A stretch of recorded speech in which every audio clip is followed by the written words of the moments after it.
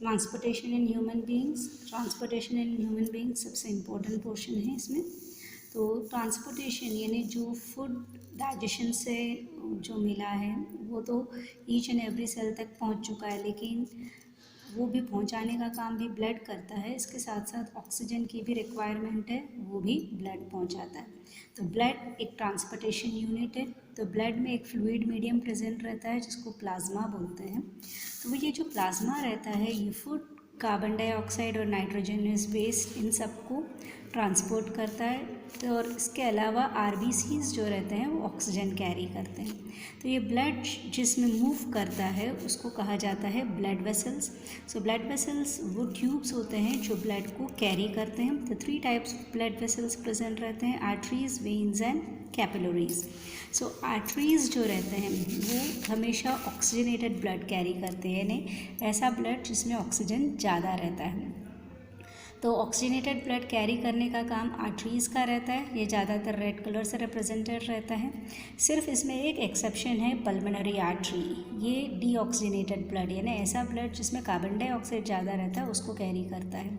सो arteries का main function, they carry the oxygenated blood, और ये हमेशा थिक वॉल्ड रहते हैं क्योंकि ज़्यादातर आर्टरीज़ हार्ट से अराइज होते हैं, यानी हार्ट से बाहर निकलते हैं। तो उस हार्ट के प्रेशर को विथस्टैंड करने के लिए ये थिक वॉल्ड रहते हैं। और नेक्स्ट आते हैं वेन्स पे।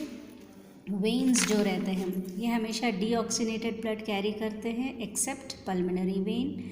डीऑक्सीनेटेड ब्लड यानी the blood that contains more amount of carbon dioxide.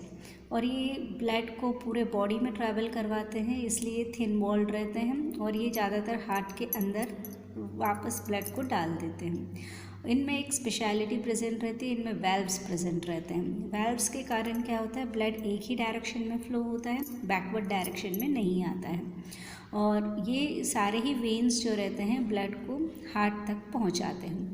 So main तो 2 वेसल्स होते हैं, आर्टरीज एंड वेन्स, क्योंकि इसके आगे जब करेंगे तो ये और डिटेल में रहेगा। अब ये आर्टरीज़ जो रहते हैं जो ऑक्सीजनेटेड ब्लड कैरी कर रहे हैं ये और स्मॉलर ब्लड वेसल्स में डिवाइड होते हैं जिनको कैपिलरीज़ कहा जाता है। और ये कैपिलरीज़ जो रहते हैं वो ब्लड को ईच एंड एवरी सेल तक पहुंचाते हैं। सो ये ब्लड का जो मूवमेंट है इसके लिए हार्ट ज़रूरी होता है। हार्ट एक पंपिंग ऑर्गन है, हार्ट में उसके अलावा कोई फंक्शन नहीं होता है, कोई केमिकल रिएक्शंस कुछ भी नहीं होता है। ये सिर्फ ब्लड को पंप करता है, यानी पूरे बॉडी से ब्लड को कलेक्ट करता है, फिर उसको पंप करके various parts of the body तक पहुंचाता है। और इसकी जो साइज़ रहेगी वो स्मॉल एज अ फिस्ट।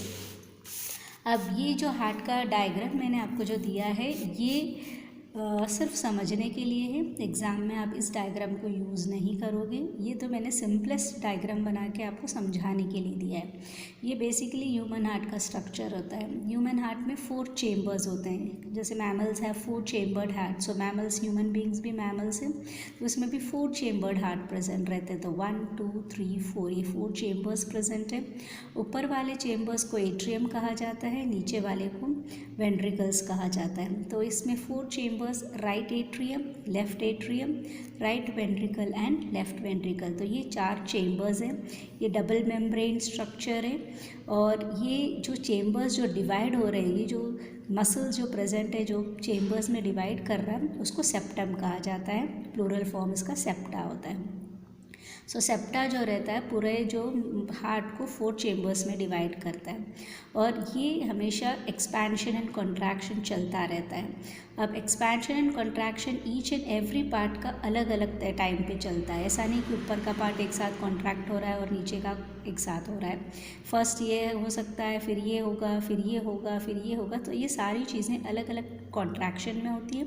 सो ये कॉन्ट्रैक्शन की वजह से ही ब्लड पंप होता है। सो स्ट्रक्चर में 4 चेम्बर्ड हार्ट प्रेजेंट है, right atrium, left atrium, right ventricle and left ventricle. अब इसमें मेन ब्लड वेसल्स प्रेजेंट रहते हैं, वीना केवास राइट एट्रियम में प्रेजेंट है।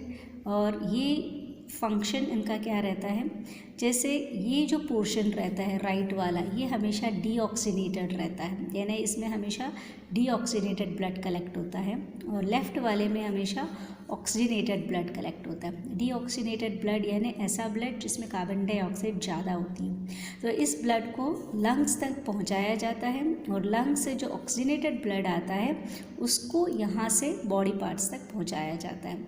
तो सबसे पहले राइट के बारे में समझ लेते हैं। राइट में 2 ओपनिंग प्रेजेंट रहती है राइट एट्रियम में, जिसको वीना केवा कहा जाता है, अपर वीना केवा एंड लोअर वीना केवा। अपर वीना केवा जो रहता है, जो डीऑक्सीनेटेड ब्लड है from the various part of the body, ये यहाँ लेके आता है। लोअर वीना केवा lower part of the body से डीऑक्सीनेटेड ब्लड यहाँ लेके आता है। सो ब्लड सारा ही राइट एट्रियम में कलेक्ट हो जाता है। सब राइट एट्रियम जब कॉन्ट्रैक्ट होता है तो यहाँ पे एक ओपनिंग प्रेजेंट रहती है। इस ओपनिंग से राइट एट्रियम का जो ब्लड रहता है वो राइट वेंट्रिकल में पहुँच जाता है, और जैसे ही ब्लड यहाँ पे पहुँच जाता है, ये जो वेल्व प्रेजेंट रहता है, बाइकस्पिड वेल्व बोलते हैं उसको, ये जो वेल्व प्रेजेंट रहता है ये इसको क्लोज कर देता है, तो ये ओपनिंग क्लोज हो जाती है। तो ये राइट वेंट्रिकल जब एक्सपैंड होता है तो ये पूरा जो ब्लड रहता है इसमें यहाँ फिल्ड अप हो जाता है। सब राइट वेंट्रिकल जब कॉन्ट्रैक्ट होता है तो उस प्रेशर से ब्लड जो रहता है ये पल्मोनरी आर्टरी से बाहर निकलता है और लंग्स तक पहुँच जाता है, वहाँ पे वो ऑक्सीनेटेड हो जाता है। तो ये पहला साइकिल है। इसमें ब्लड वीना केवा से यानी deoxygenated blood upper part and lower part of the body से राइट एट्रियम में आता है। राइट एट्रियम से जब राइट एट्रियम कॉन्ट्रैक्ट होता है तो ब्लड राइट वेंट्रिकल में आ जाता है, और यहाँ से ब्लड जब ये वाला पोर्शन कॉन्ट्रैक्ट होता है तो पल्मोनरी आर्टरी से लंग्स तक पहुँच जाता है। अब ये फर्स्ट साइकिल कंप्लीट हुई। सेकेंड साइकिल में लंग्स से जो ब्लड रहता है ये पल्मोनरी वेन से अंदर आता है, तो इसीलिए इसका एक्सेप्शन था। ये आर्टरी डीऑक्सीनेटेड ब्लड कैरी कर रहा है जबकि ये वेन ऑक्सीनेटेड ब्लड कैरी करेगा। लंग्स में जो ऑक्सीजन फिल्ड ब्लड रहेगा वो ये पल्मोनरी वेन से लेफ़्ट एट्रियम में कलेक्ट हो जाएगा। जब लेफ़्ट एट्रियम कॉन्ट्रैक्ट होगा, अगेन एन ओपनिंग रहेगी यहाँ पे, तो ब्लड लेफ़्ट वेंट्रिकल में आ जाएगा। ट्राइकस्पिड वाल्व प्रेजेंट है जो उसको क्लोज हो जाएगा। सो ये वाला पोर्शन जब कॉन्ट्रैक्ट होता है लेफ़्ट वाला, तो ब्लड जो है आयोटा से, लार्जेस्ट आर्टरी आयोटा है, आयोटा से बाहर निकल जाता है और ये पूरे बॉडी में ब्लड को पहुंचाता है। तो ये पंपिंग ऑर्गन हार्ट कहलाता है, जो ब्लड को from the body to the lungs पहुंचाता है और लंग्स से वापस बॉडी के पार्ट्स तक पहुंचाता है। सो मेन फंक्शन है, जैसे राइट वाला पोर्शन कंसिडर करते हैं तो डीऑक्सीनेटेड ब्लड लंग्स तक पहुंचता है, यहाँ पे वह डिफ्यूजन होता है, कार्बन डाइऑक्साइड बाहर निकल जाता है, ऑक्सीजन आ जाता है। अब राइट में क्या होता है, ऑक्सीनेटेड ब्लड जो रहता है वो move various parts of the body में मूव करता है और वहाँ से वो ऑक्सीजन सप्लाई करता है और कार्बन डाइऑक्साइड टेक करता है। तो ये साइकिल कंटिन्यूसली चलती रहती है, इसलिए इसमें हार्ट में हमेशा डबल सर्कुलेशन कहा जाता है। डबल सर्कुलेशन का मतलब ब्लड जो रहता है हार्ट में 2 बार मूव करता है। Blood passes twice through the heart making 1 complete cycle. तो इसमें 2 साइकिल, एक पल्मोनरी सर्कुलेशन कहलाता है, एक सिस्टमिक सर्कुलेशन कहलाता है। पल्मोनरी सर्कुलेशन में ब्लड हार्ट से लंग्स तक जाता है, ऑक्सीजनेटेड होता है और वापस हार्ट में पहुंचता है। सिस्टमिक में ब्लड जो रहता है बॉडी पार्ट्स से हार्ट में आता है, थ्रू द आयोटा वापस बॉडी पार्ट्स में पहुंच जाता है। तो इन दोनों को कंबाइन करते हैं तो उसको डबल सर्कुलेशन कहा जाता है। फिशेस वगैरह में सिर्फ 3 चेम्बर्ड हार्ट होते हैं, 2 चेम्बर्ड हार्ट होते हैं फिशेस में, तो उनमें डबल सर्कुलेशन नहीं होता है। अब ये डबल सर्कुलेशन का एडवांटेज ये रहता है कि ह्यूमन बींग्स की जो एनर्जी रिक्वायरमेंट है वो बहुत ज़्यादा रहती है, तो इसकी वजह से ये 4 चेम्बर्स भी रहते हैं जिससे कि ऑक्सीनेटेड और डीऑक्सीनेटेड मिक्स नहीं होते हैं, तो इससे एफिशिएंसी ऑफ ऑक्सीजन सप्लाई अच्छी रहती है। इसके साथ साथ ह्यूमन बीइंग्स जो रहते हैं अपने बॉडी टेम्परेचर, यानी वार्म ब्लडेड एनिमल्स है, सो अपने बॉडी टेम्परेचर को मेंटेन रखना रहता है उनको, इसके लिए भी एनर्जी रिक्वायरमेंट ज़्यादा रहती है। तो double circulation and the separation of chambers in दोनों चीज़ों को इंश्योर करता है।